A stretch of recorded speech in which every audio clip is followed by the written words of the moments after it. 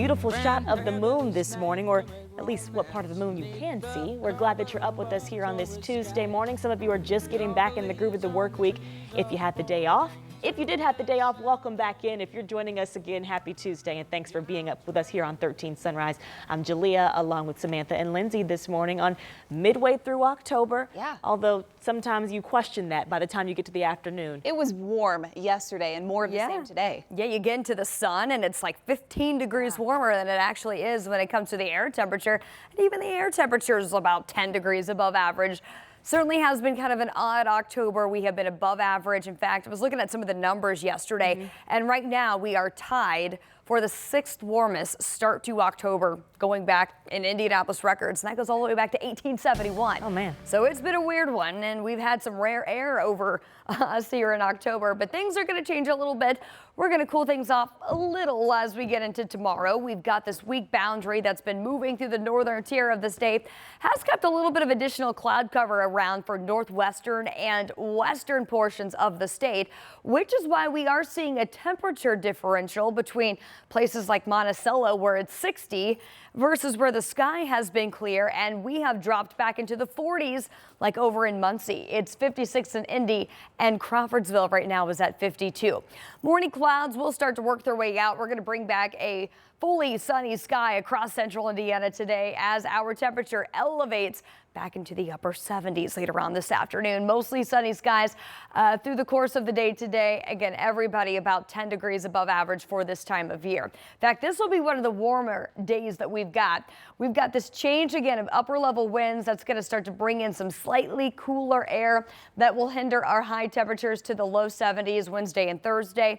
And then we'll start to warm back up Friday into Saturday, and then eventually we are watching for that cold front Saturday. Could bring some scattered storms, some strong storms, and then that cooler trend for Sunday into Monday. We'll talk more about that rain and storm timeline in your full forecast. But right now at 6:02, we'll talk about some overnight construction. It looks like it's finally wrapping up. This causing some issues on the northwest side as they do some work here to this ramp system off of 65 onto 465. So at one point during the overnight, we had several travel lanes of 465 northbound that were actually blocked as they've been doing some work here as that ramp was completely closed down. Then it partially opened. Now it looks like we are fully back open as crews have started to kind of wrap up work here for the overnight. So again, this is 65 northbound to 465 northbound, and as of now, no delay, which is a good thing on 465 north out there on the west side. We're going to monitor your roads, keep you posted if we see any new issues develop. Lindsay, thank you. This morning, some Martindale-Brightwood neighbors are sharing their frustrations over a potential data center coming to town. A few dozen got together to protest against that center yesterday. Anna Chalker is live this morning with why these neighbors say that they're so upset about this center coming to their area. Good morning. Good morning, ladies. So the biggest thing the residents are saying this morning, this is a vacant lot that has caused no problems in recent years, so there's no need to move a gigantic data center into this area. So if it were approved, Metro Blocks would move here to where the old Sherman Drive-In movie theater was off of 25th and Sherman. And all that's out here this morning is myself and some weeds. But yesterday, dozens of neighbors filled this lot. So I want you to hear what they were saying at this protest. But now, we don't want it. No data center here!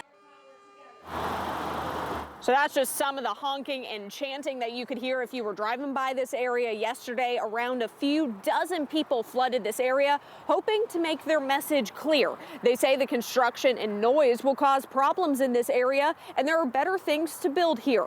They tell us they're following after the Franklin Township residents who protested against the Google data center that pulled out of building at the last minute. One of the organizers, James Wilson, says while this is only a small group of neighbors here, it is just the start of them fighting back against the center. You can see today it's not just what we feel, or I feel for that matter, it's what we feel collectively, that Martindale-Brightwood and our allies and our community partners stand for Martindale-Brightwood, stand for the development and growth, and we continue to tell the data centers we don't want you here. It's just that simple. So this is all still in the early stages. Metro Blocks needs to file to the zoning code, followed by a few public hearings where residents can come and share their concerns. So while many of them, especially at this protest, are saying no, A city county councilor who represents this district, he's saying, yes, we want this here. So coming up, we'll share why Councilor Ron Gibson wants Metro Blocks here and what Metro Blocks says they could bring to this area to really help grow it. All right, Anna, more to come. We'll see you at 6:30. Boy, Indiana is really in the midst of a data center boom right now. One website called Data Center Map reports there are 74 of these facilities in Indiana, a roughly 30% increase in our state since March. And many of these data centers, 30 to be exact, are located right here in Indianapolis. So we have an in-depth report on the growth of these centers here in our state. You can watch that right now at WTHR.com/scene-on-13. This morning, President Trump is back in the White House after signing the peace deal between Israel and Hamas. His administration really helped broker that agreement. World leaders applauded as President Trump and leaders from Egypt, Qatar, and Turkey signed that document. Along with supporting the ceasefire in Gaza, it also develops a long-term vision to rebuild the devastated territory. And there are still a lot of questions about what's next for Gaza, and many are still calling for an independent Palestinian state. President Trump, though, says he's not addressing that issue. I'm talking about something very much different. We're talking about rebuilding Gaza. I'm not talking about single state or double state or two state. We're talking about the rebuilding of Gaza. Now, yesterday's summit unfolded soon after Hamas released the 20 remaining living Israeli hostages, and Israel started to free hundreds of Palestinians from its prisons.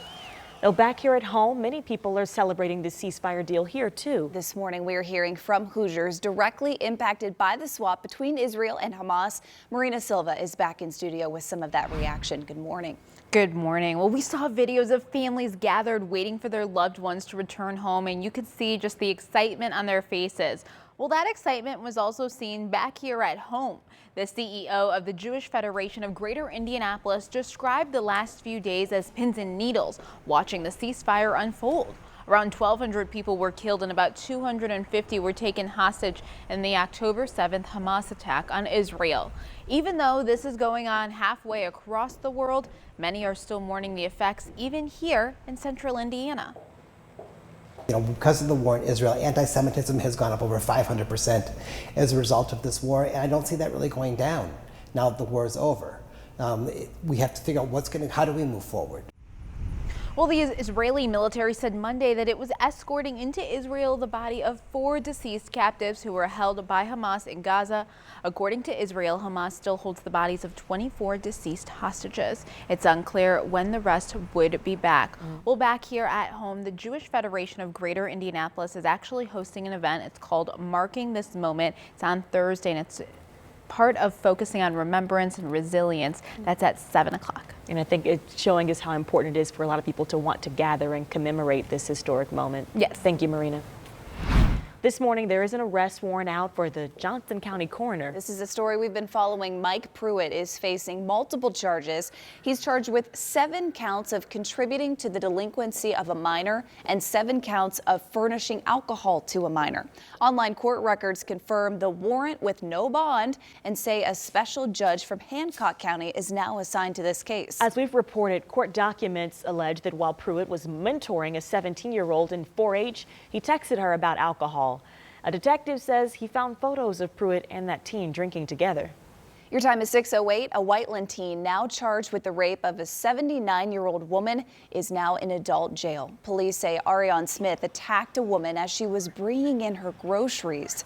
Officers arrested him last week, and a judge moved him from a juvenile facility to adult court. He's now being held with what's called a higher than standard bond at $250,000 cash only. A man, we now know more about a man in a crash early yesterday morning here in Indianapolis that left one man hit by a vehicle. Yeah, we first shared this story for you as it was breaking yesterday on 13 Sunrise. This happened at Shelby and Raymond Streets. You may remember how busy that intersection was. Emergency responders took that man to the hospital in critical condition. But safety advocates tell us it's a reminder that this intersection is a trouble spot. They say there have been 5 pedestrian crashes at that intersection this year, and this isn't the only problem area. In fact, there have been 600 crashes involving pedestrians so far this year, and nearly half of those cases, the driver just took off. Eric Holt, he runs the organization called Safe Streets Indy, that tracks a lot of these accidents, and he says many of them share one key detail. A lot of these incidents do happen, after dark in places where the lighting isn't super great. And so that definitely plays a contributing factor in a lot of these, unfortunately. We did reach out to the counselor that represents this neighborhood, Frank Muscari, the neighborhood around Shelby and Raymond Streets. We wanted to know if he thinks that there should be some changes made to this intersection. We didn't hear back just yet. We'll let you know if we do hear a response. Today marks 2 weeks since the start of the government shutdown. Yeah, now Indiana labor unions say something has to give. Flight delays or long waits in the TSA security lines are some of the most visible places that a lot of you may notice after the fallout of the shutdown. But the effects are widespread, just not always obvious. The American Federation of Government Employees is part of what's called the AFL-CIO. The national president actually says it's not fair for workers to be used as political pawns or for Americans to lose access to critical resources that those federal workers provide. How do you go and say, I'm the big guy that's making sure the hostages come home, when you have the entire United States of America held hostage? Now, union leaders urge people in the meantime to make their voices heard and to reach out to lawmakers.